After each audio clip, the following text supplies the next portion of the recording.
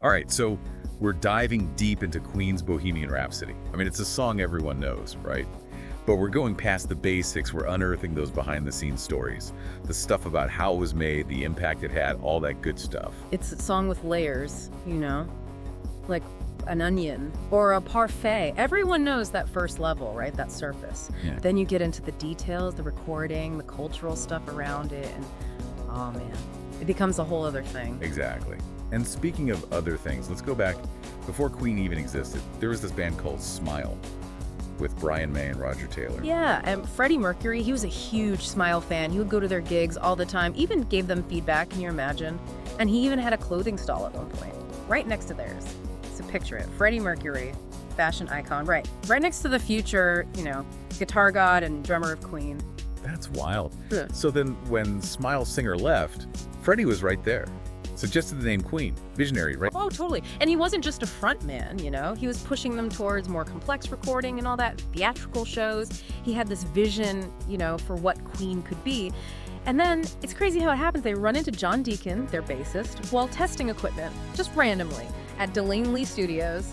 It's serendipity, isn't it? Okay, hold on. Stop right there. That's too good of a story. Yeah. Tell me more about this meeting. Okay, so picture it. London, early 70s.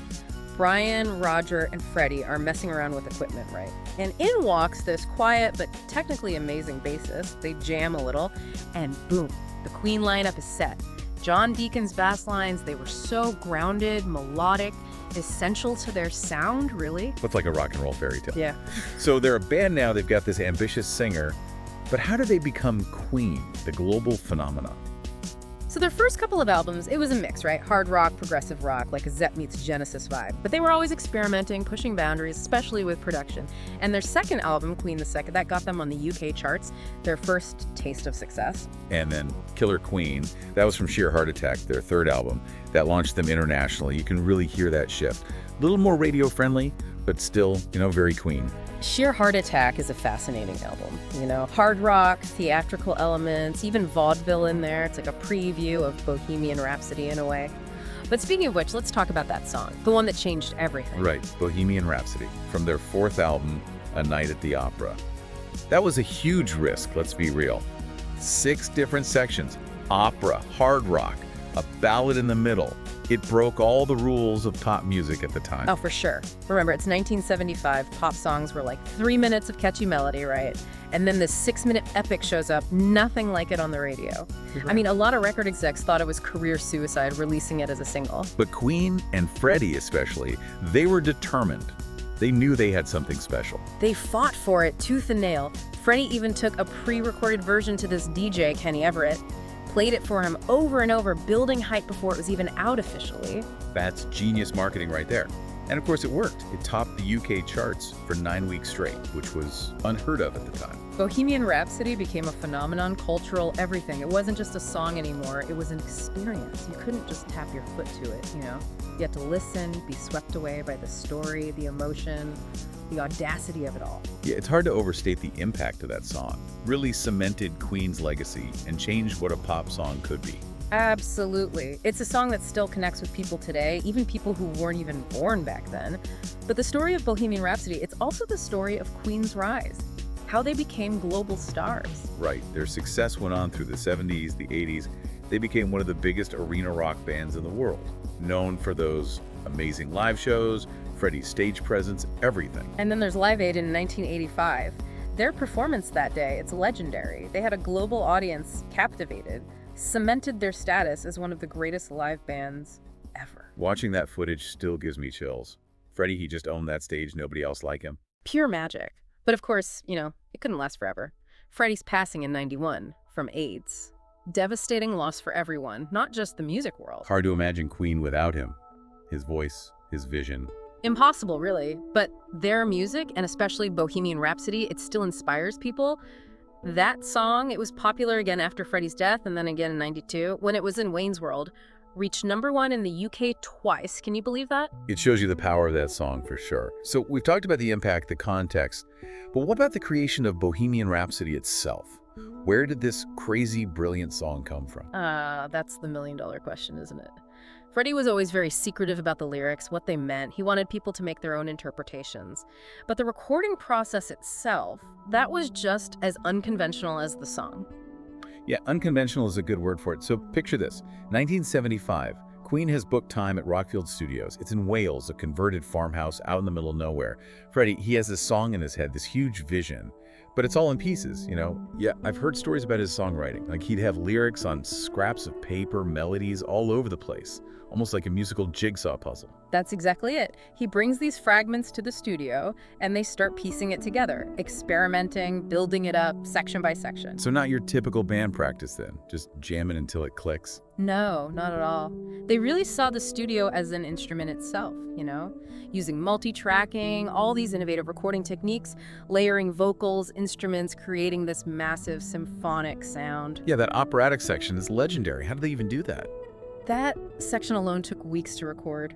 Freddie, Brian, and Roger, they'd spend hours layering their vocals over and over, sometimes singing the same part 100 times to get that choral effect. I read somewhere they were using a pretty basic 24-track recorder at the time. The patience and precision to create something so complex with that. It's mind-blowing, really. They pushed that technology to its limits, using this thing called reduction mixing, basically bouncing several tracks down into one, just to free up space to add more layers. So they were making these mini masterpieces within the song then, and stitching them all together. Like an audio tapestry, yeah. Each thread carefully woven to create this intricate sound. And Brian May's guitar solo, we can't forget that. The tone, the melody, it's pure magic. Brian, he was meticulous too in his approach. Used his homemade red special guitar, and get this, instead of a regular pick, he often used a sixpence coin for that brighter sound. Resourcefulness at its finest. A sixpence coin. It's those little details that make the song so unique. The recording techniques, the layering, the experimentation, it all comes together in the final product. And speaking of unconventional, the structure of the song itself. It doesn't follow a verse-chorus, it's more like a suite, a journey. Exactly. You've got the intro, the ballad, the operatic part, the hard rock, and then the outro. Each section different, but flowing smoothly into the next. It's a masterpiece of composition, really. Freddie's genius, and the band's willingness to break the mold. It's a song that constantly surprises you, keeps you guessing what's coming next. And it's not just the music either. There's that theatrical element, the storytelling.